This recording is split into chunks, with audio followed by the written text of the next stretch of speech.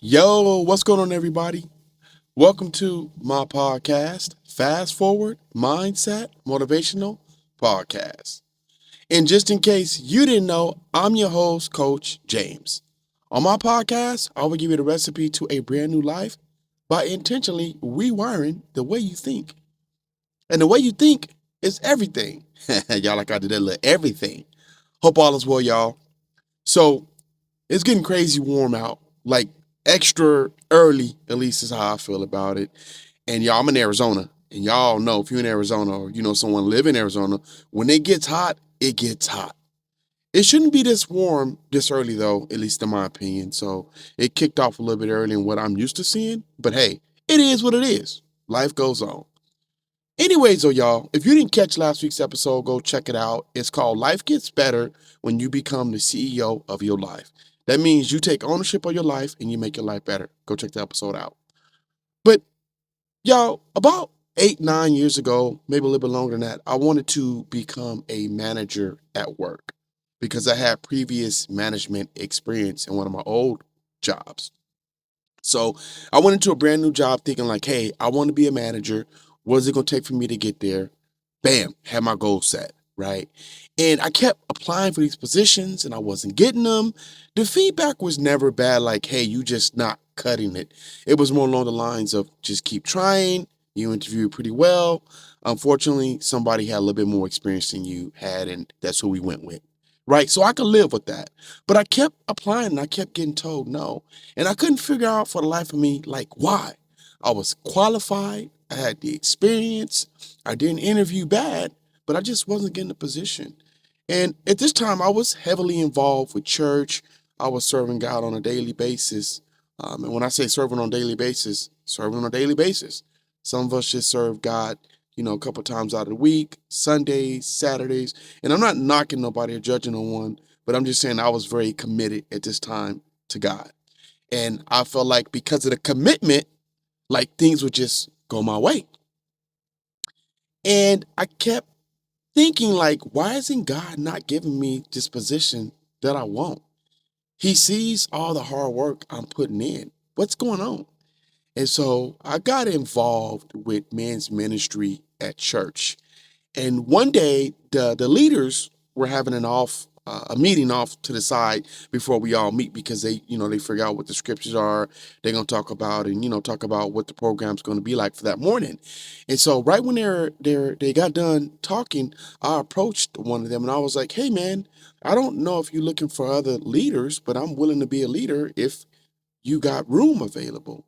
And he just starts chuckling. I mean, like laughing, and I'm like, bro, you laughing at me? What, I'm not qualified enough to be a leader for God? And he was like, no, no, no, no. He goes, we just prayed that God will send us some strong men that will help us out with men's ministry. And he goes, soon as we walked out the room, you approached us saying, I want to be down. And he goes, God surely answered that prayer really quick. And he started laughing or whatever. And that was kind of like our little inside joke. But I became a leader for men's ministry. And in doing so, I became a leader for men who needed some guidance from another man who was serving God.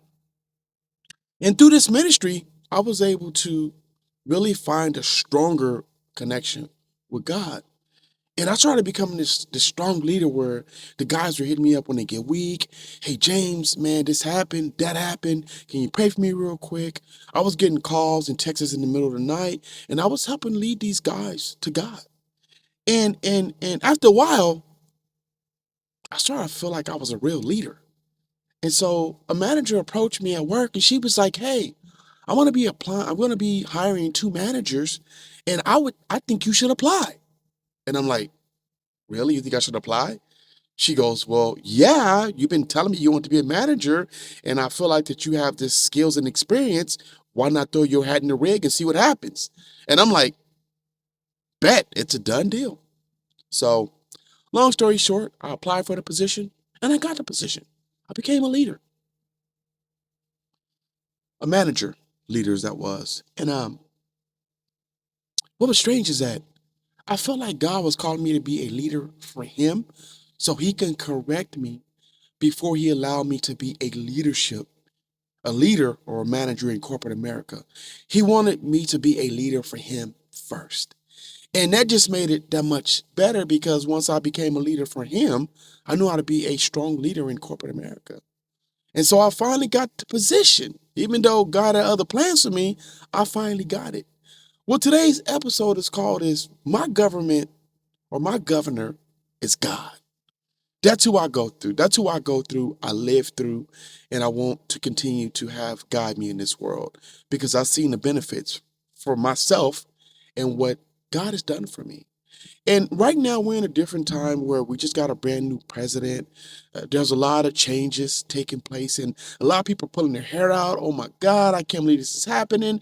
There's some people that's celebrating. Yes, we've been waiting to have a president like this. This is the best thing since sliced bread. There's just so many different responses right now from who's in office to where people are literally thinking, like, oh gosh, we're in trouble.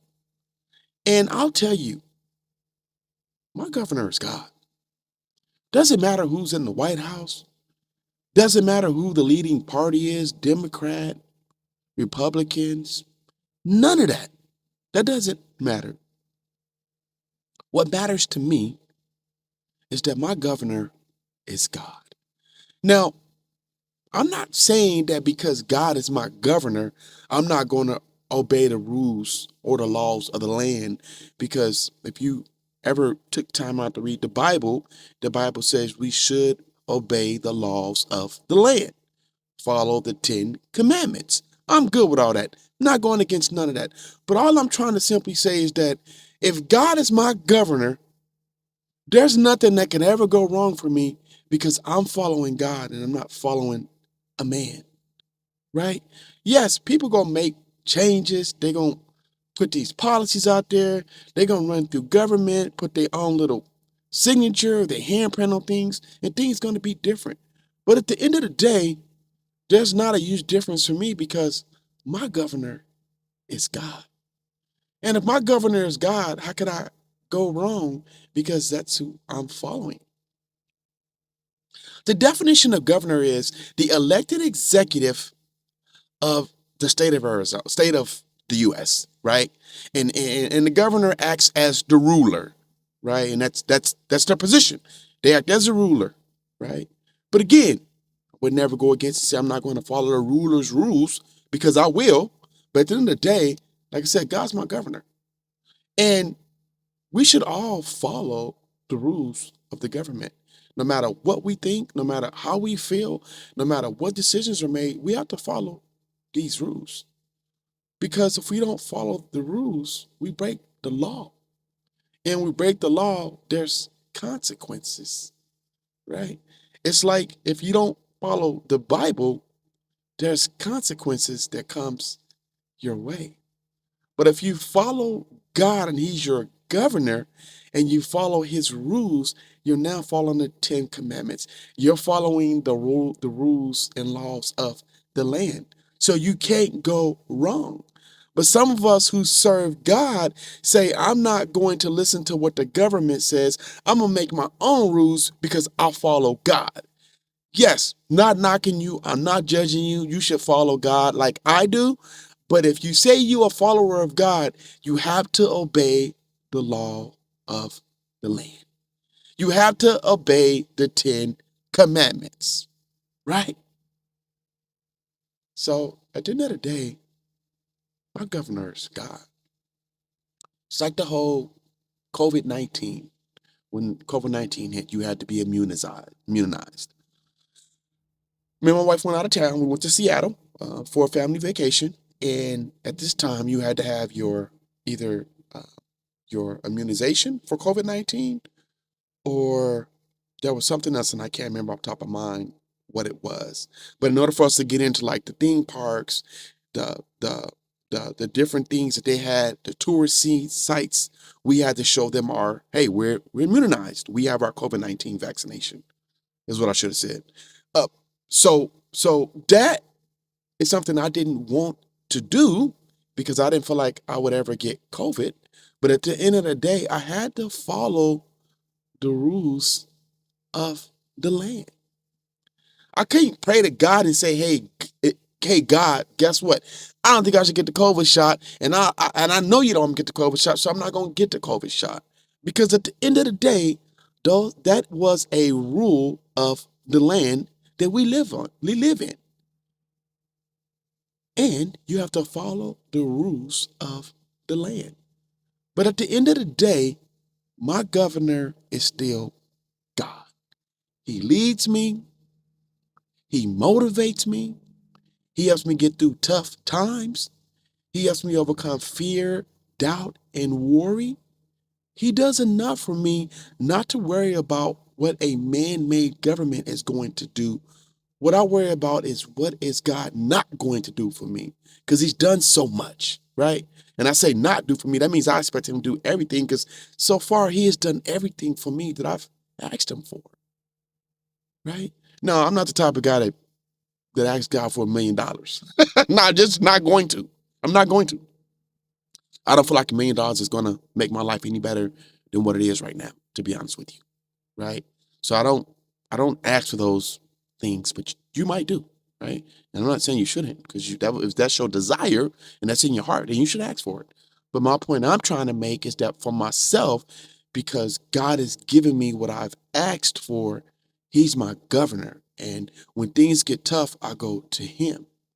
So if you're one of the ones that's worried today about the government, about the change in who's in the White House, about the change in policies, and everything else that's going on right now, don't worry.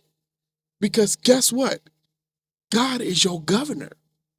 And if God is not your governor, maybe you feel like that the governor you do follow is just as powerful as God. You know, y'all, I'm a very righteous person. One thing I don't do is I don't knock someone's governor. I don't go back and forth with people because they say their God is Scientology, their God is Buddha, right? I don't go against people and say you shouldn't believe in that because at the end of the day, what matters to me is that you believe in the higher power. And the higher power, if it leads you to where you need to be in this world, what difference does it make? So I'm not that type of guy that's gonna come knock on your door with a book telling you to follow this religion. That's just not me. However, I got my preference. That's who I follow. You follow who you follow. I know what my God has done for me, and hopefully yours has done the same thing in return. So, y'all, today's episode was simply about that, about we're worried about where we are in this world, how things are changing, but at the end of the day, if God is your governor, you're going to be okay. Hey, y'all, thank y'all for listening. I really appreciate it. To my continued listeners, thank you. Thank you for the comments. I got some nice comments last week on a couple of the episodes. I appreciate it. If you have not followed the episode on whatever platform you're listening to it, go do that. Click on that follow button. Right when you hit that, when a brand new episode drops, you get the alert, right? So go follow the podcast on whichever platform you listen to it on. I'm not hard to find, y'all. I'm on IG all day, every day as James Watkins at 40 and Fit Life Coach. If you want to talk to someone and you're struggling today with just not feeling positive, you got a lot of things you're dealing with from your past, send me a message at jewatki1@gmail.com and we can talk about what's bothering you. We can talk about your deepest dark secret that you don't want to share with no one. One thing about life is that if you tell the wrong person some wrong information, it gets in the wrong person's hand, and sometimes it just doesn't end up well. I'm a stranger, you're a stranger to me, but if you want to confide in me, that's perfectly fine. There's a $50 charge for 30 minutes, but I will give you some good, lively instructions and guidance on the best decisions you should make, and hopefully that will get you in the right position where you need to be in this world. If you're struggling today with thoughts of suicide, thoughts of hurting yourself or someone else, please don't hesitate to call the Suicide Prevention Hotline at 988. Hey y'all, I'm Coach James. Let me help rewire the way you think. And as I always say, practice daily mindset rehabilitation. And that's my 2 cents in it, y'all. Peace.